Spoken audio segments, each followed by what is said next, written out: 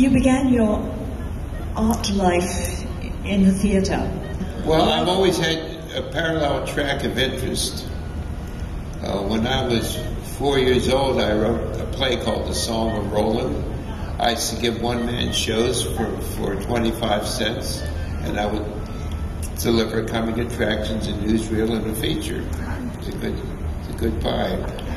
And my aunt was a milliner, and she had boxes of hats, and I would put them on and turn a Cyrano de Bergerac into a cowboy, into a pirate. So I really love that imaginative make-believe. But at the same time, I was drawing like crazy. In the meantime, I got the reputation of being the outsider, and that sometimes it's very good to be an outsider. There's a certain mystique that follow artists or kids who can draw. If you're the class artist, nobody bothers you. In the Marines, I drew dozens of profiles, and no one ever bothered me. And this is, I don't know whether to take this as a compliment or whether it's a put down, but I tell my Sunday morning class, if you don't learn anything else from me, you're going to learn how to make a good profile, because you never know when it's going to help you or get you out of a jam. People like to see people draw. People cannot refuse the line that moves in front of them. So when I went to the Institute after school, it was only natural that I would major in art education. Then the Japanese bombed Pearl Harbor, and I found myself in China, occupational forces, and I was directing plays. And then someone said, "You can make a living at this, and you should go to Yale and learn how to be a director." Well, we had the GI Bill, and I did go to Yale, and that's where I met Helen. No one ever saw me as having anything to do with art. And finally, I ended up as Leonard Bernstein, general manager. I produced the festival, Comic Spirit at Brandeis University. Then I got an offer to come to Miami to run a dinner theater at the Casablanca Hotel. Then that folded, and I was stranded. And then I thought, maybe I'm in the wrong line. Maybe I should be a commercial artist.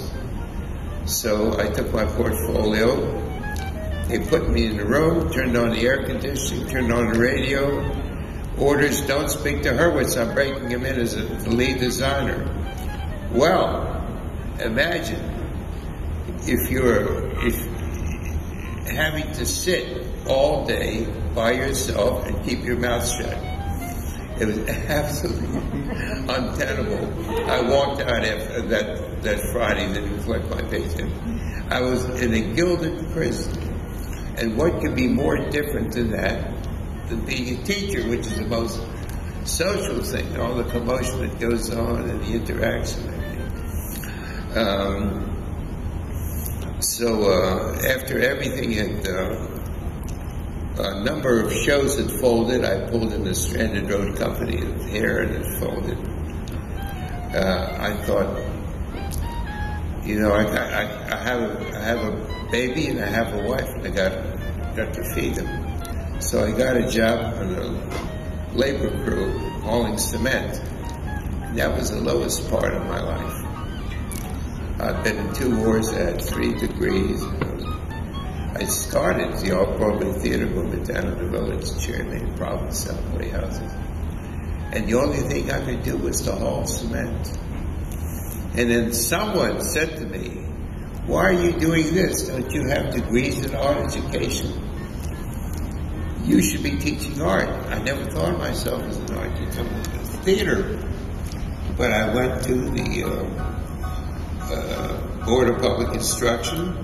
Did you say you had degrees in art education? I said, yes. He said, you should be teaching art. I said, man, I'll teach anything, you know.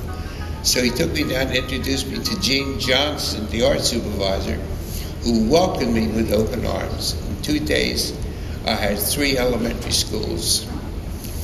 After several years, she said, we're starting a junior high. Will you start the program? I said, anything, Gene. And she said, we're starting a senior high, Southwest High. Can you start the program? I said, anything you want, Gene. I owed everything to her. Then she said, we're getting a lot of Ford money in to teach art on television. Would you take over the studio and teach a course in elementary art? I said, anything you want, Gene. Next thing I knew, they fired Gene and they hired me. And